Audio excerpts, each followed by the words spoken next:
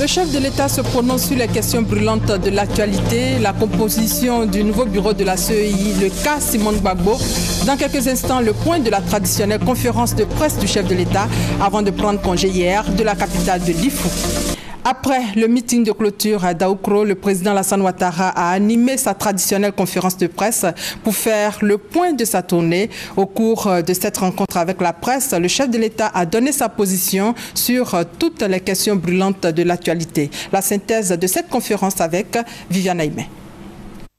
L'annonce par le président du PDCI, Henri Konan Bédié, de son soutien à la candidature unique du président de la République Alassane Ouattara à l'élection présidentielle de 2015 constitue assurément l'événement marquant de cette visite d'État dans l'Ifou.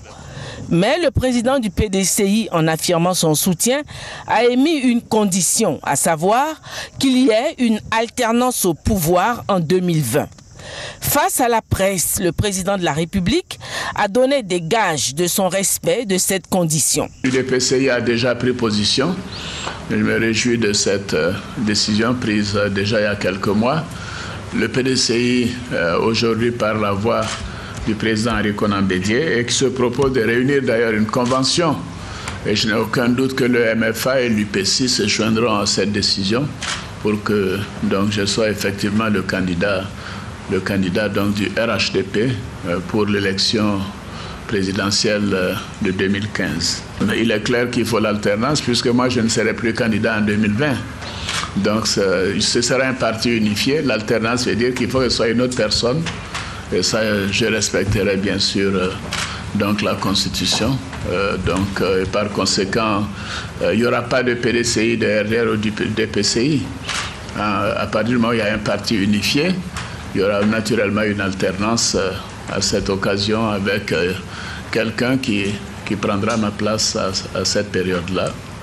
Et bien sûr, nous serons là, je souhaite le président Bédié et moi pour aider cette personne ou cette équipe à continuer de bien gouverner la Côte d'Ivoire. Cette conférence de presse a été l'occasion pour les journalistes de requérir l'avis du président de la République sur les récents développements de l'actualité nationale, notamment la contestation soulevée au sein de la nouvelle CEI par le FPI qui n'a pu obtenir le poste de président ou un poste de vice-président. Pour nous, il n'y a plus de débat au niveau de la CEI parce que, bon, certains disaient qu'ils voulaient un consensus, c'était très bien. Il n'y avait pas d'engagement, mais c'est toujours une bonne chose de souhaiter un consensus. Je pense d'ailleurs que le FPI lui-même a voulu un consensus sur la question de la CEI. Ils n'ont pas pu le faire, ils ont voté. Bon, c'est ce qui s'est passé à la CEI. Ils voulaient un consensus, ils n'ont pas pu le faire, ils ont voté. Les 2/3 des membres ont élu donc, le bureau, donc ce bureau doit se mettre au travail, mais ce bureau doit continuer d'être ouvert et tendre la main à ceux qui estiment qu'ils devraient pouvoir donc contribuer. Je note d'ailleurs que les principaux responsables, tous les responsables, ont prêté serment devant le Conseil constitutionnel. Donc il faut qu'on voit au niveau du droit qu'est-ce qui est possible. Parce qu'on ne peut pas avoir prêté serment et ensuite ne pas exécuter son serment. En droit, ça veut dire qu'il y a parjure. Qui a donc claqué la porte de la nouvelle commission électorale indépendante.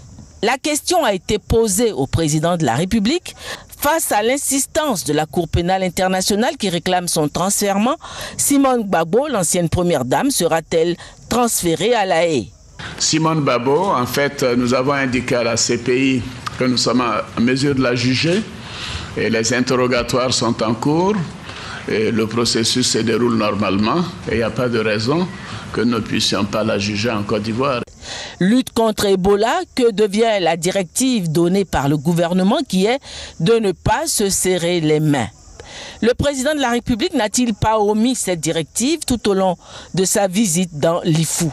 C'est vrai, il faut continuer de respecter ces mesures, se serrer les mains le moins possible, et éviter les accolades également. Mais vous savez, avant d'aller au meeting, vous voyez qu'il y a des dispositifs pour que les gens se nettoient les mains. ils se lavent les mains. Et moi, j'ai fait la même chose avant de quitter ma résidence. Donc, quand j'arrive, mes mains, je suis aseptisé. Et ceux à qui je serre les mains sont également aseptisés. Donc, il n'y a pas d'incompatibilité. Nous sommes totalement conformes aux directives de Madame le ministre de la Santé. Le président de la République n'a pas caché une pointe de nostalgie à la fin de son séjour. N'eût été la charge de travail qui m'attend, je serais resté encore quelques jours, a-t-il conclu.